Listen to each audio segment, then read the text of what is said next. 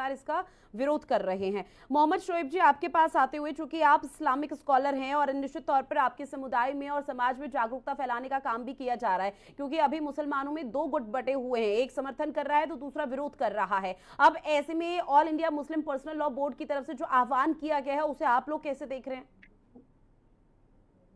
देखिए रितु जी, पहले तो हमारा नाम थोड़ा चेंज कर दें, शोएब सिद्दीकी कर दिए। जी। देखिए ऐसा है, जो वक्फ बोर्ड का मामला है ये बहुत छोटा मामला नहीं है, बहुत बड़ा मामला है। और जो एहतिजाज हो रहा है, तो इस मुल्क के संविधान ने हर समुदाय को अपनी हम्म। बात कहने का राइट दिया है। अगर कोई एहतिजाज कर रहा है, शांतिपूर्वक कर रहा है, तो उसमें कोई एतराज की बात नहीं है। अगर मुस्लिम पर्सनल लॉ बोर्ड ने किसी को दावत दी है, कोई वक्त पे पहुंच पा रहा है, कोई नहीं पहुंच पा रहा, तो इसमें ऐसी बात नहीं है। अगर आप देखें, समाजवादी पार्टी पे इल्जाम लगता है कि वो है, तो ऐसा नहीं है। राहुल गांधी जैसे बड़े लीडर जो है, नेशनल लीडर, वो भी इसके खिलाफ है। नीतीश जी भी खिलाफ थे, लेकिन वक्त आने पर उन्होंने वोट जो है उसके अपोजिट भी दे दिया। ये एक जी। अलग चीज है। देखिए होता क्या यहाँ पर है, जो बीजेपी ने किया, मैंने हमेशा ये बात कही, जो मुल्क की वजीर आजम से गुजारिश थी कि जो आम आवाम के लिए जो पैसे वक्त पे दिए जाते थे, जो वक्त आने पर जरूरतमंदों को दिए जाएं। हम्म। अगर वो आम आवाम में, जिस तरह बीजेपी इस वक्त ये मुहिम चला रही है कि मैं मुसलमान के वहां पहुंचूंगा, गरीबों में पहुंचूंगा कि आपको हक ये मिला कि नहीं मिला, जी। और नहीं मिला तो इस तरह मैं आपको दूंगा। तो अगर ये बात पहले कर लिया जाता, देखिए होता है, इंटेंशन होता है। जैसे एक समुदाय को लगता है सन 47 के बाद से कि जब भी कोई मामला आता है तो एक हम्म। समुदाय को टारगेट ले लिया जाता है। और वक्फ का मामला जो है उनका, समझ लिए, खरबों सरबों रुपए की जमीन का मामला है, बड़े बड़े प्लाट हैं, उसमें बड़े बड़े संस्थानें बनी हुई हैं। जी। तो उस तरह की बातें आ रही हैं। लेकिन ये चीज मैं मानूंगा, मैंने हमेशा ये बात आपके चैनल से भी कही, नेशनल और चैनल से भी कही, कि वक्फ की जो हमारे पुरखों ने जो वक्फ की जमीनें दी थी, वो जिस मकसद से दी थी, वो उस पर उतना खरा नहीं उतर पाया, इसमें कोई दो राय नहीं है।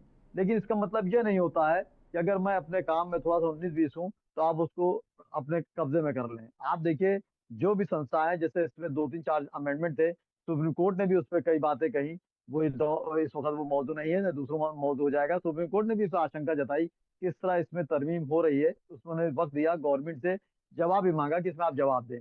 और जहां तक एहतिजाज की बात है, तो मेरी गुजारिश रहेगी, जो लोग भी एहतिजाज कर रहे हैं, चाहे दिल्ली में करें, चाहे लखनऊ में चलें, चाहे ऑल इंडिया में करें, तो आप शांतिपूर्वक करिए, संविधान में रह करिए। और आपको इस मुल्क के संविधान ने अपना राइट दिया अपनी बात ठीक है कहने सर। का। जाहिर सी बात है कि वक्त की जमीन अगर हाथ से निकल जाती है, तो उसमें जाहिर सी बात है आम जो मुसलमान है उनको भी दिक्कतों का सामना करना हम्म। पड़ेगा। अभी कल ही की बात है, मैं शायद फेसबुक या कई चैनल पे देख रहा था कि किसी मस्जिद में नोटिस भेज दी गई कि वक्फ की जमीन बनी हुई है, और ये बातें कही गई थी मस्जिद उसमें नहीं आएगी, दरगाहें नहीं आएंगी। तो मैं समझता हूँ मुल्क के वजीर आजम नरेंद्र मोदी जी को इस पे मंजर आम पर आके ये बात कहनी पड़ेगी कि आप अफवाहों में ना जाएं। अगर जो बात सामने आती है तो मैं उसको लूंगा। अब आप देखिए, फेसबुक व्हाट्सएप पे कंटिन्यू चल रहा है कि हम्म। उस मस्जिद को नोटिस दे दी गई, उस मजाक को नोटिस दे दी गई। तो हर पार्टी में और हर समुदाय में चंद लोग होते हैं अफवाह फैलाने वाले।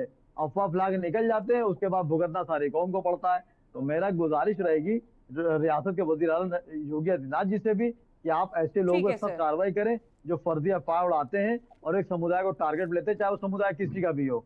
वक्फ का मामला देखिए ऐसा है, वक्फ का मामला छोटा नहीं, बहुत बड़ा मामला है। जाहिर सी बात है, उसमें मस्जिद भी आ रही है, खानकाहें भी आ रही है, मज़ारें भी आ रही हैं, बड़ी बड़ी प्रॉपर्टीज भी आ रही हैं। वो ठीक है, कुछ बिल्डर वगैरह हैं जिन्होंने कब्जे कर रखे हैं, तो सच्चाई वाली बात है, इसमें कुछ छुपाने वाली बात नहीं। होता है, कुछ बिल्डर वगैरह बड़ी बड़ी जमीनों पर कब्जा करे हुए, मैरिज हॉल बनाए हुए हैं, उस पर ऐशो आराम कर रहे हैं, ऐसा नहीं है, तो सही बात है। और कोई संस्था ऐसी नहीं है। ये मैं इसी साहब को कह रहा हूँ कि आपका नेशनल चैनल है, कम से कम आम मुसलमान तक बात पहुंचे कि शोएब सिद्दीकी क्या कह रहे हैं। होता क्या, जैसे हमारे संस्था भी, मेरी कोई बेटी या मेरी बहन की शादी हो और मुझे 10,000 रुपए भी चाहिए, तो कोई ऐसी संस्था नहीं कि जहां मैं जाऊं और मुझे पैसा मिल जाए, मैं साइन करके ले चला हूं खामोशी से। मुझे दर दर भीख मांगना पड़ेगी। और जो साहिब हैसियत लोग हैं वो मजाक उड़ाते हैं, कहते हैं कि आपको पैसा, अगर लड़की की शादी करनी है, कितना कमजोर हो तो 4 लोग क्यों बुला रहे हो, यूं नहीं कहा पढ़ा लो। तो इस तरह की तंजियाबाजी होती है, तो इसको गवर्नमेंट ने भुनाया। लेकिन ठीक है, चूंकि देखिए अभी सुप्रीम कोर्ट में पूरा मामला है, लेकिन उसके बावजूद भी अगर प्रदर्शन उठा हो किया जा रहा है तो सवाल